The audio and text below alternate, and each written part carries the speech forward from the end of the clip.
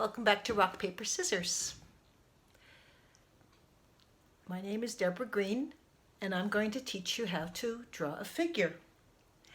In my last YouTube tutorial, we did a figure doodling, which is a great way to start getting away from the lollipop stick figure and drawing stick figures with soul. And you can watch the last video to learn how to do this. And we're today going to be working with the artistic figure and bringing it into a drawing of a real person. The first thing we're going to think about is actually starting with the energy of people, okay? Because we draw people because they're alive and they have energy. And to capture energy, we're going to actually do an exercise where we're going to draw really quickly, okay? And if you have someone in your house who can model for you, that's great. If you have to work from a photograph, c'est la vie. Working from life is better because you really can sense the energy more when there's a real person. But you do what you got to do. And you'll see the difference when you do the different practice from a photograph versus live. So this is a kind of a gesture drawing, but I just want to show the energy. So I'm going to do a kind of curvy line. I'm going to start at the top of the head and curve around with this one continuous line for the neck and their hips. And I'm actually looking at a photograph of that Cycladic sculpture we saw in the last video. Thighs are a little bit bigger, but don't worry, you don't have to be accurate at this point. We just want to get the energy of the movement. Even if the person's still, they're alive. So their energy is moving. And that's all there is to it. Let's see. The next thing I want you to do is we're going to learn about proportion.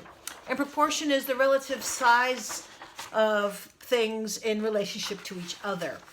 And one way to really get this nailed down in your habit, your drawing habit, is to take a piece of paper and we're going to fold it in half 3 times. One, fold it in half, do some folding in half, the hamburger way, the hot dog way, and fold number 3. So I have a nice long skinny rectangle, okay? With 8 sections. We want 8 sections because the human is, we measure, when we're drawing, we're going to measure, use the head as a measuring tool. That's, well, I won't get into the whole like traditional artist thing with the thumb or the pencil, but it's connected. I'm going to actually number these sections so I don't forget what I'm doing and where I'm going. So the human is 7.5 or 8 heads tall, okay? Using the head as your measurement, okay? So I'm going to start with a nice oval at the top for a head. This is going to be an artistic figure. Your neck is about halfway halfway down, half a head. Yeah. Okay, then my shoulders are actually about 2.5 heads wide, but we're just going to make some nice broad shoulders, not too broad. And I'm going to start at 1.5 and go down to the halfway down to the 3.5 position. Okay, so just some, and that's my torso. Let's make a dot there so you don't get lost. Torso is the part of your body between your neck and your hips, okay? And then out of your hips and out of your shoulders come your arms and legs. So I'm going to just start with a leg here. So each bone is like 1.5 heads long. So I'm going to start at that 4.5 spot. I'm going to come down to the 1.5 heads down, and the legs a little bit bent. Oh, what happened here? I made a mistake. How did that happen? Oh well. So I'm gonna, again, 1.5 heads down, and this person's gonna be 7 heads tall. Okay.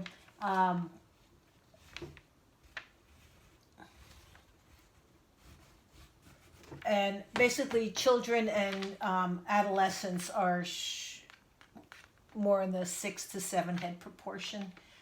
Shoulders, each bone again is about 1.5 head lengths. And if you notice, your hands come down to the tops of your legs. Okay? So there is my body in proportion to the head. These are the proportions. What do you notice?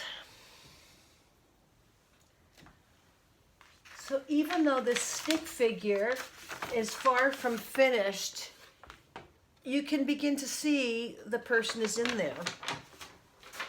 So I'm going to restart here, but I'm going to actually call this like the these lines like the skeleton. So as I do this artist stick figure,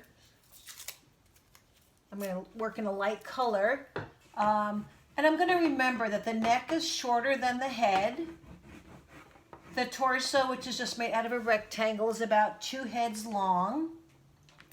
I'm going to do these little circles so I remember the hips. The hips, each leg bone is about 1.5 leg heads long, or maybe from the head to the neck. Even if the leg is bent, the proportion is the same. And your feet are actually about the size of your head. Okay. Shoulders, same idea.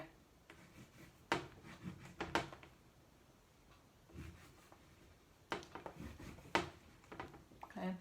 And so each bone is like 1.5 heads long.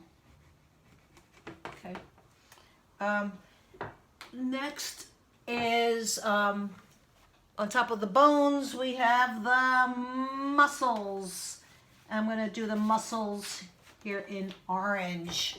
So around the neck, I'm going to actually just do a small oval. So I have a left side and a right side. Around each arm, I'm going to do a thin oval, going around the elbow and around the wrist, and some people call these hamburgers and hot dogs. So if that hip joint is a hamburger and that knee joint is a hamburger, the leg muscle, the thigh muscle is a hot dog. Again, hamburger at the ankle.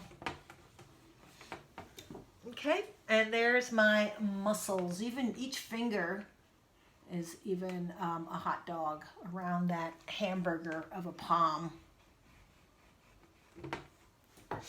Okay, and then I'm going to just do my last layer here in black. Okay, so now I'm going to start at the top again, and now I'm going to do a more careful contour drawing.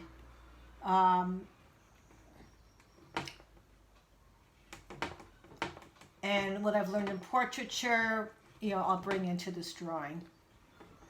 And this is almost like the skin layer. And again, why I like you to practice contour drawing is because you become not only more observant of realistic details, but you become more fluent in remembering what things look like. So, you can't draw. There's no such thing as doing too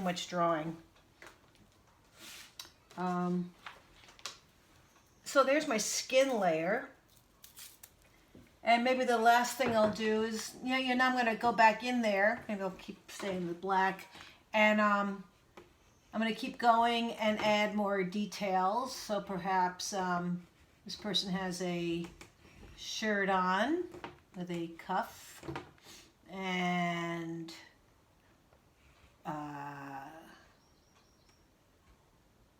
wearing maybe a skirt or a kilt. And I'm trying to think of, like, you know, the people who dance to bagpipes. I think they wear socks and shoes. I don't know why I'm thinking of bagpipes, but I think because I'm trying to do an androgynous person.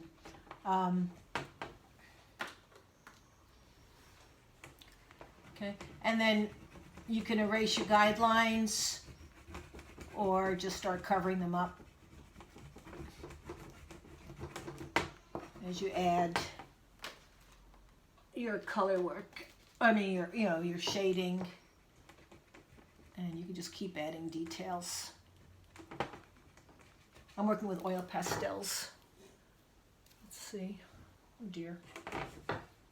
So, whoops. Here's my person. Okay, see you next time.